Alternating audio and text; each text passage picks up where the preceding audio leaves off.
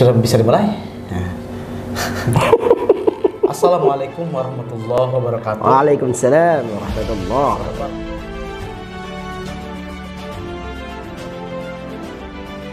Selamat malam. Pada kesempatan kali ini kita jumpa kembali dalam program diskusi Forum Intelektual Muda. Hal tersebut sudah biasa kita lakukan seperti beberapa hari yang lalu. Kita hanya meneruskan diskusi yang memang hari ini cukup bagus. Isunya sangat mencuat di kalangan masyarakat, sangat relevan. Iya, sangat relevan untuk kita utarakan dan sekaligus kita diskusikan pada malam hari ini. Saya baik sekali hari ini telah langsung ditemani oleh narasumber yang sangat kakap handal di bidangnya, yakni Bang Zakai. Ikan kali? Ikan kali? Enggak, ini adalah sebuah perumpamaan. Oh iya.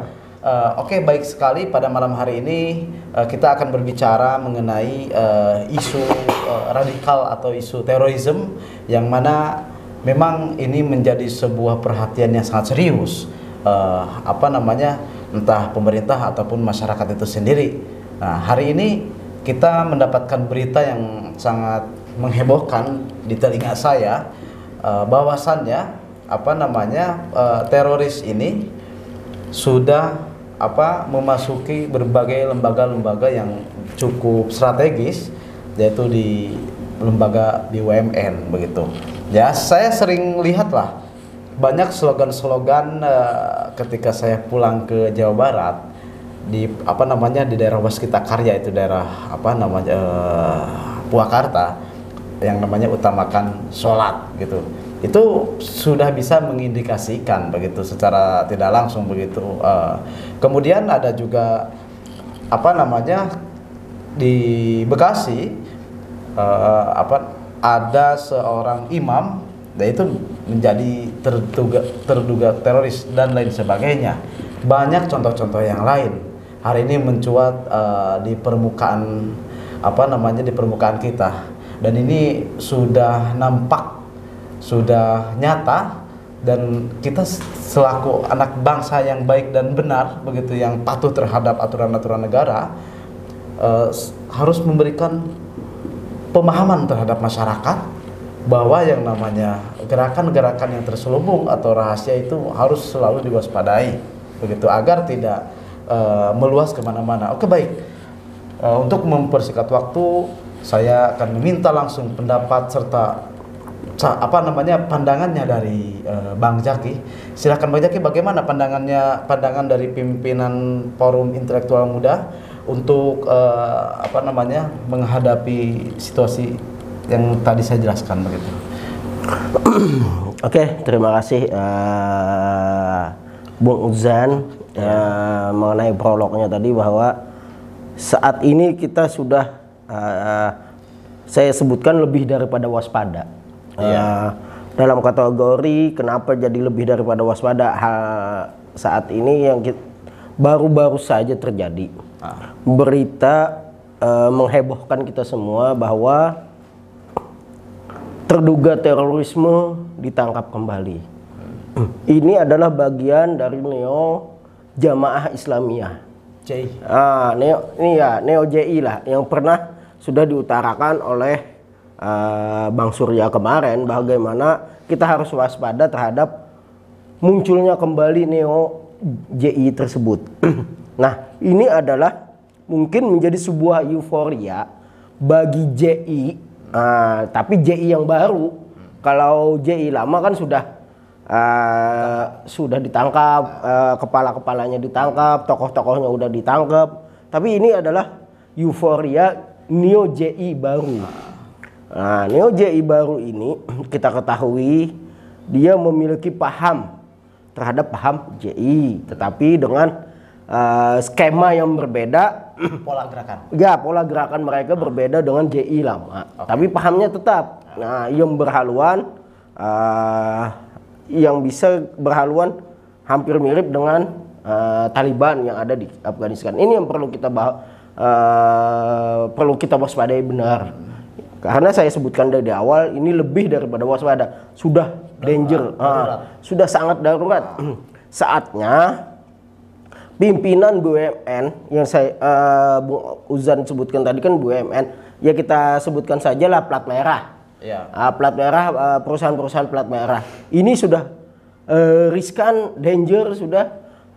Seharusnya pimpinan daripada BUMN sendiri harus memetakan benar-benar yang mana yang tidak berhaluan teroris, yang mana yang berhaluan teroris, karena ini sangat bahaya. Ya, harus apalagi yang Bung Uzan sebutkan tadi, salah satu terduga teroris yang ditangkap oleh Densus itu adalah pejabat di salah satu plat merah. Kita sebutkan saja di BUMN.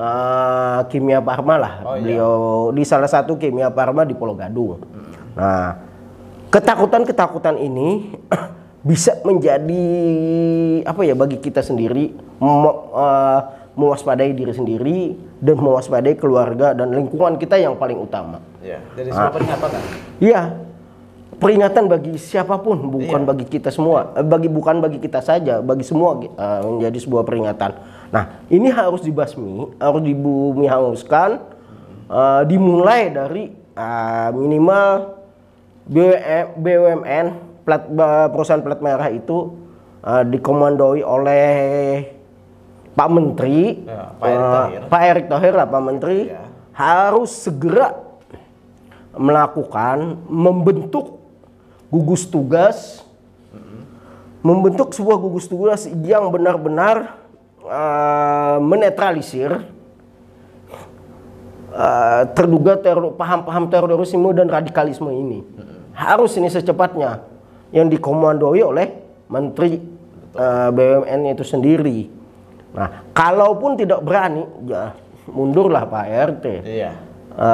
PT harus mundur, harus legowo lah mundur kalau tidak berani membentuk gugus tugas mengenai paham terorisme dan radikalisme ini sudah bahayanya sangat luar biasa, danger sudah saya katakan. Bukan hanya penanggulangan, hari ini adalah penangkapan lah gitu. Iya. Tangkap. Dan kalau memang, karena saya lihat sinyalemen ya atau signal hari ini menuju 2024 ini Pak Erick Thohir itu ya adalah sinyal menuju ke situ. Dia ada ambisi untuk naik di 2024. Menurut saya Pak Erick Thohir ini sebagai Menteri BUMN harus tegas. Artinya benar-benar mengupayakan tracking atau proteksi secara dini. Karena memang sudah lihat siapa pelaku-pelakunya. Contoh misalkan memang teroris jaringan J ini sudah maksudnya lincah pada beberapa tahun yang lalu pernah mendapat dana CSR dari PLN, kemudian ada Adikarya salah satunya atau Waskita Karya dan sebagainya. Nah, sejatinya Erick Thohir ini harus benar-benar memproteksi langsung begitu terhadap orang-orang yang menjabat di BUMN itu sendiri begitu.